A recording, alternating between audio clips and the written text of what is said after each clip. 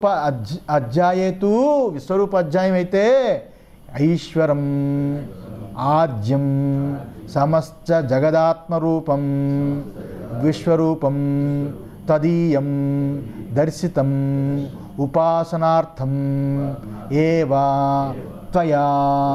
అది విశ్వరూప అధ్యాయం అయితే అంటే ఈశ్వర సంబంధమైన ఈ అధ్యాయం ఏదైతే ఉందో ఈ సర్వజగదాత్మ రూపమైన ఆ విశ్వరూపమంతా కూడా ఆ పరమాత్మగా ఉపాసన చేసే అర్థమై చెప్పి ఆయన చేత చూపించబడింది. త్వయా నీ చేత చూపించబడింది అని భగవంతుడు చెప్తున్నాడు అనమాట. ఇంతవరకు నీ చేత చూపించబడింది, నేను చెప్పాను నీకు నా యొక్క విశ్వరూప అంత చెప్పాను, చెబితే నీకు అలాగా అంటున్నావు. ఒక్కసారి దర్శనం చేయాలనిపించింది నీకు, అలాగా అని కాదు, అంత స్వరూపమా అనాలి అని అలాగా అనేసరికి ఆయన విశ్వరూపం అంతా చూపించాలని భగవంతుడు విశ్వరూపం అంతా చూపించాడు, ఆయన తత్వం అంతా చూపించాడు. నీ త్వయా నీ చేత చూపించడమే నీకు చూపించడం అయింది అని అర్థం. అందుకని ఇక్కడ త్వయా అని కామ పెట్టాడు కదా, త్వయా నీ చే చూపబడింది. తత్ చ దర్శయత్వా దాన్ని ఈ రకంగా చూపి, దర్శయిత్వా దాన్ని ఈ రకంగా చూపి, ఉక్తవాన్ ఈ రకంగా దర్శయిత్వా ఉక్తవాన్ అసి ఈ రకంగా చూసి దాన్ని చూసి నువ్వు చెప్పావు కూడా. ఏమని భగవంతుడు చెప్పాడు, ఏమని చివరిలో, ఏ భగవాన్ నువ్వు చెప్పావు కూడా, మత్కర్మకృతు ఇత్యాది. ఏ భగవాన్ విశ్వరూపాన్ని చూపించావు, విశ్వరూపం అంతా కూడా విభూతిని తెలిపావు, తర్వాత చూపించావు, చూపించి ఇప్పుడు నువ్వు ఈ రకంగా తెలుపుతున్నావు. ఏం తెలిపావు? మత్కర్మకృతు ఇత్యాది. మత్కర్మకృత్ మత్పరమో మద్భక్త సంగవర్జిత అని చివరిలో కన్క్లూషన్ ఇచ్చావు. ఈ రకంగా చివరిలో ఈ రకంగా చెప్పి మత్కర్మకృతి ఇత్యాది, మత్కర్మకృతి ఇత్యాది గుణాలతో అని చెప్పావు. అతః అహం అనయోః ఉభయోః పక్షయోః విశిష్టత బుభుత్సయా త్వాం పృచ్ఛామి ఇది. ఈ రకంగా నువ్వు ముగించావు. అందువలన నేను ఈ రెండు పక్షాలు రెండో అధ్యాయం నుంచి నాసతో విద్యతే భావో నా భావో విద్యతే సతః అని అద్భుతమైన వేదాంత శ్లోకాలతో అసలు వేదా వినాశనం నిత్యం, వేదా తెలుసుకో నా స్వరూపము అవినాశనం, వేదా వినాశనం నిత్యం ఏన మజమవ్యయం, ఇవన్నీ ఉన్నాయి కదా. ఈ రకంగా అద్వైత భావంతో కూడుకుని నామరూపరహితమైన ఉపాధిరహితమైన సర్వవ్యాపకమైన అద్వైత తత్వాన్ని బోధించావు. మళ్ళా విభూతి యోగాన్ని విశ్వరూప సందర్శన యోగాన్ని కూడా బోధించావు. సగుణ నిర్గుణాలు రెండు బోధించావు. ఇప్పుడు నాకు సంశయం కలిగింది, ఈ రెండు పక్షాలు యందు ఏది గొప్పది? ఉభయో పక్షయోహో విశిష్టతర బుభుత్సయా త్వాం పృచ్ఛామి. ఈ రెండు పక్షాల యందు ఏది గొప్పది, ఏది తెలుసుకోవాలి? అద్వయమా, ద్వయరూపమైన నీ విశిష్ట గుణాలతో కూడుకున్న విశ్వరూప సందర్శనమా? ఏదో చెప్పు అని తెలుసుకోవాలని నిశ్చయంతో నిన్ను నేను అడుగుతున్నాను. పృచ్ఛామి, అహం పృచ్ఛామి, అంతే కదా, అహం పృచ్ఛామి, నేను నిన్ను అడుగుతున్నాను, అంతే కదా, నేను అడుగుతున్నాను. త్వయా నీ చేత చూపబడింది, ఇప్పుడు నేను అడుగుతున్నాను. అద్వయమా ద్వయమా, సగుణమా నిర్గుణమా, సాకారమా నిరాకారమా, ఏది నన్ను పూర్తిగా తెలుసుకోమంటావు అనే దానికి అర్జున ఉవాచ, అర్జున అడుగుతున్నాడు. ఏవం సతతయుక్తాయే భక్తాస్త్వాం పర్యుపాసతే ఏ చాప్యక్షరమవ్యక్తం తేషాం కే యోగ విత్తమాః. ఈ రకంగా సతతయుక్తుడై ఏ భక్తుడు నన్నే ఉపాసిస్తారో చ మరియు ఏ అని అన్నాడు కదా, ఏ చ అపి అక్షరం అవ్యక్తం, ఎవరు అవ్యక్తమైన అక్షరం ఉపాసిస్తారో ఈ విధంగా సతతము యుక్తుడే నన్ను విభూతి యోగంగా విశ్వరూపకంగా ఏ భక్తుడైతే ఉపాసిస్తాడో అని చెప్పావు. చ మరియు ఎవడైతే అవ్యక్తమైన అక్షర రూపాన్ని ఉపాసిస్తాడో అని ఈ రకంగా ఆ ఇరువురు యొక్క ఇరువురు కూడా యోగవిత్తములని చెప్పారు. అయితే ఈ రెండిట్లో ఏది యోగవిత్తమం గొప్పది అని తెలుసుకోవాలని కోరికతోటి అయితే ఈ యోగవిత్తములు యోగాన్ని చక్కగా తెలుసుకున్న వాళ్ళు ఎవరు? ఏ చాప్యక్షరమవ్యక్తం తేషాం కే యోగవిత్తమాహ. కే ఎవరు యోగవిత్తములు? వీళ్ళిద్దరిలో చక్కగా అద్భుతంగా పరిపూర్ణంగా తెలుసుకున్న వాళ్ళు ఎవరు? ఏ కృష్ణ అని ప్రశ్న. అర్థమైందా? ఇది శ్లోకార్థం. ఏవం ఇతి అతీత అనంతర శ్లోకే ఉక్తం అర్థం పరామృశతి మత్కర్మకృతు ఇత్యాదినా. ఏవం ఈ విధంగా, ఏవం ఇది ఇక్కడ ఇందులో ఉంది కదా, ఏవం సతతయుక్తాయే అని ఉంది కదా. ఏవం ఇది, ఏవం అని పదం ఏదైతే ఉందో అది అతీత అనంతర శ్లోకే ఉక్తం అర్థ. అయిపోయిన శ్లోకాలు ఏవైతే ఉన్నాయో 10-11 అధ్యాయాల వరకు దాన్ని చూపిస్తుంది ఈ ఏవం. ఈ విధంగా నువ్వు ఏదైతే చెప్పావో అని భగవంతుడి భాష్యం. ఈ విధంగా ఏదైతే చెప్పావో దాన్ని దాన్ని పరామర్శిస్తున్నది. ఇంతవరకు ఏ అధ్యాయాలు చెప్పావో ఏ కృష్ణ, అక్షరము క్షరము రెండిటితో కూడుకున్న మొత్తం ఏదైతే మొత్తం ఉపాసనా పరంగా అన్నీ చెప్పావో అని ఏవమనే పదము, ఏవం సతతయుక్త అని ఏవం పదాన్ని దాన్ని పరామర్శిస్తుంది. ఆ చెప్పిన మత్కర్మకృతి ఇత్యాదిన. మత్కర్మకృతు నా కొరకే, నా కోసమే కర్మ ఎవడైతే చేస్తాడు అని. ఏవం సతతయుక్త నైరంతర్యేణ భగవత్కర్మాదౌ యథోక్తౌ అర్థే సమాహితా సంతః ప్రవృత్త ఇత్యర్థః. ఈ రకంగా సతతయుక్త అంటే ఏంటి? సతతయుక్తుడై. ఏమిటి సతతము యుక్తుడై? సతతయుక్తుడై అంటే నైరంతర్యేణ.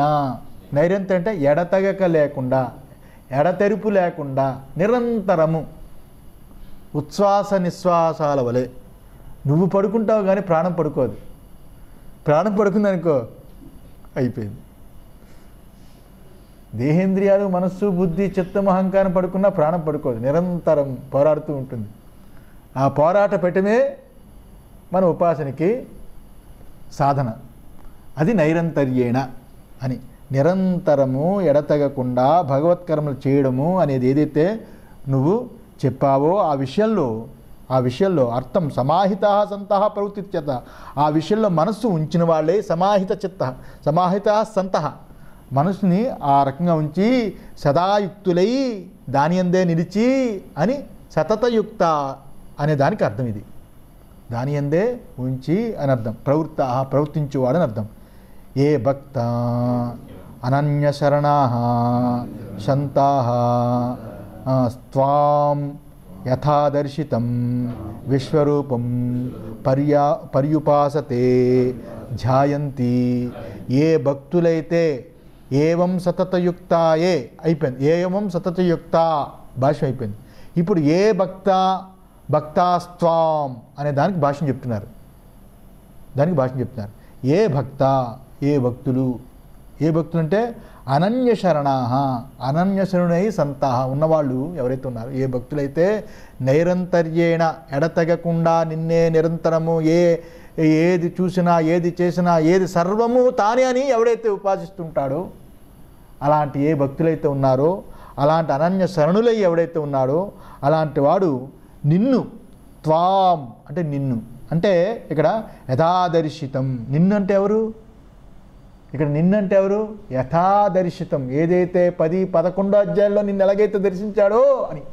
11 అధ్యాయాల విశ్వరూప సందర్శన యోగంలో నిన్ను ఎలాగైతే ఆ విశ్వరూపాన్ని చూశాడో, విశ్వరూపాన్ని చూశాడో, పర్యుపాసన చేస్తున్నాడో.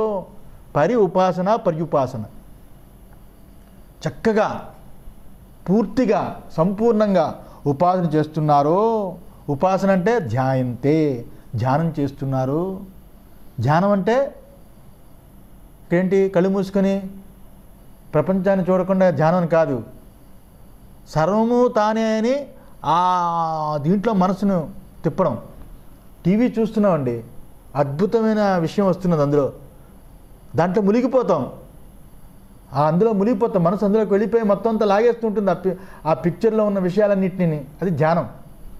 అలాగా టీవీ చూస్తున్నప్పుడు ఏ రకంగా మనసు అందులో మునిగిపోయి మొత్తం అంతా ఆకట్టుకొని దాన్ని వల్లి వేసేటట్టుగా 10 మందికి ఆ స్టోరీ చెప్పేస్తూ ఉంటామో, ఆ రకంగా టీవీలో చిత్రం చూసినట్టుగా ప్రపంచం అంతా చూసి ఆయన స్వరూపం అనేది ధ్యానం చేయడం.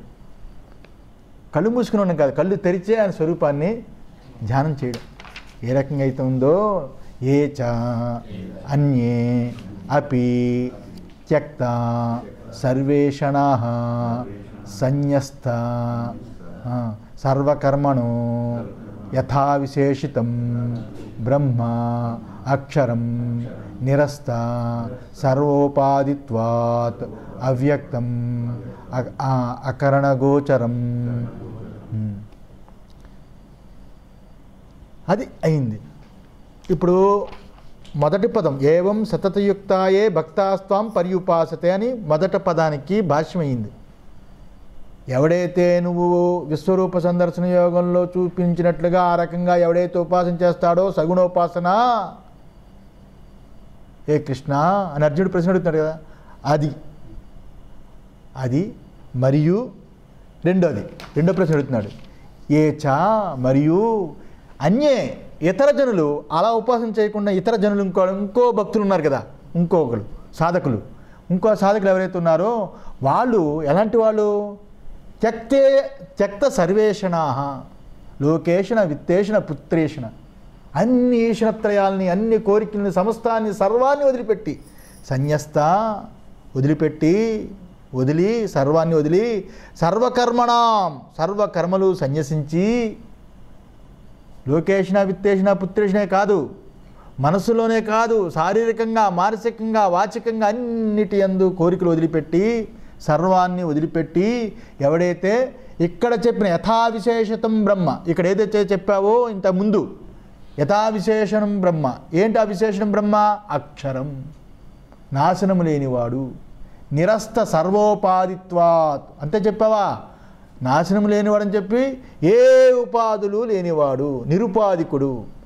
ముందు ఎవరు చూపించావు, పర్యుపాసతే విశ్వరూప సందర్శనం చూపించావు, ఉపాధి సర్వోపాధులు తానేని చూపించావు సగుణోపాసన.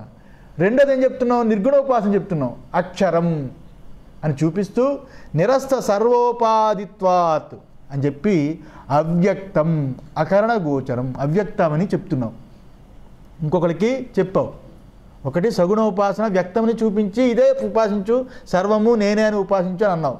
రెండోది అవ్యక్తము, నాకు రూపం లేదు, ఉపాధి లేదు, నామరూపరహితమైన అవ్యక్తమైన సర్వవ్యాపకమైన సాక్షి స్వరూపమైన తత్వాన్ని నేను అయ్యున్నానని చెప్పావు. అంతే కదా, సాక్షి స్వరూపమైన తత్వాన్ని నేను అయ్యున్నాను. మళ్ళీ ఏమన్నావు, అకరణ గోచరం, అవ్యక్తం కదా, అకరణ గోచరం, ఏ కరణానికి గోచరం కాదు, కరణానికంటే ఇంద్రియాలకి, కరణాలకి కాదు, మనసుభూ కరణాలకు కాదు, కరణం అంటే గోచరం ఇంద్రియాలు. మనసుకు అందనవాడు, కంటికి కనిపించినవాడు, చర్మానికి వాయువులా తాకనివాడు, ఏ రకంగా కూడా ఏ కారణానికి గోచరం కానివాడు అక్షరుడని చెప్పావు, ఏ ఇంద్రియాలకి తెలియబడినవాడు అని చెప్పావు. యది లోకే కరణగోచరం తద్విక్తుముచ్యతే, ఏదైతే లోకల్లో కరణానికి గోచరం అవుతుందో, ఇంద్రియాలకి గోచరం అవుతుందో అది లోకల్లో వ్యక్తము అని అంటారు. ఏదైతే ఇంద్రియాలకి గోచరం అవుతుందో లోకల్లో అది వ్యక్తము అని అంటారు. అంజేహే ధాతో తత్కర్మకత్వాత్ ఇదం తు అక్షరం తద్విపరీతం. ఎందుకంటే అంజః ఆ ఈ పెట్టి ప్లస్ పెట్టి పెడితే అన్యః అనమాట. అన్యః అంటే అని ఇక్కడ అన్యః అనే ధాతువు నుండి అదే అర్థాన్ని ఇస్తుంది. ఏంటి, ఏ తత్కర్మకత్వాత్ ఇదం తు అక్షరం తద్విపరీతం, ఏదైతే ఈ అక్షరానికి విరుద్ధం అంటే అక్షరానికి విరుద్ధము, ఈ అక్షరం దానికి విరుద్ధం. దేనికి విరుద్ధం, అక్షరము దానికి విరుద్ధం. ఏది, కనిపించే విశ్వరూపానికి వ్యక్తానికి ఇది విరుద్ధం, అవ్యక్తం. అందువల్ల ఇది కరణగోచరము కానిది అని శిష్టైః శిష్టైః చ ఉచ్యమానైః విశేషణైః విశిష్టం తద్యే చ అపి పర్యుపాసతే. మరలా ముందు ఏదైతే నువ్వు చెప్పావో చెప్పబోతావో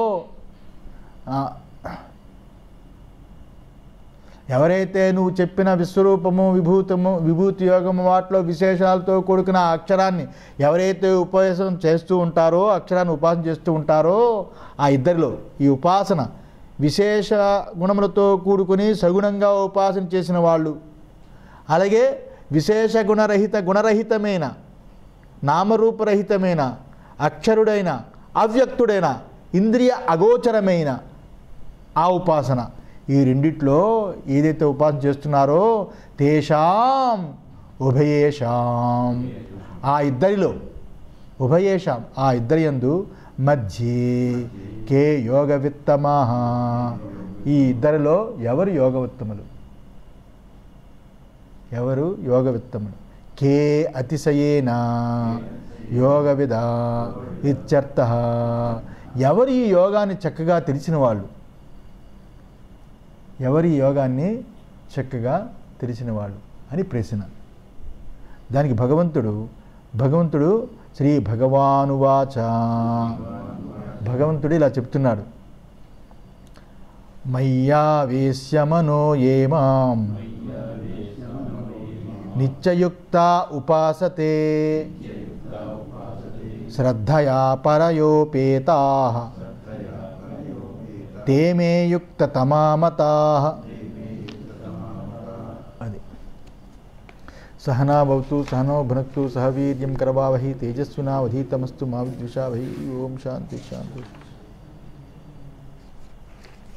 ఈ ఒకటో శ్లోకాన్ని రేపు ఇంకా మళ్ళీ ఎక్కువ వివరించాల్సి ఉంటుంది.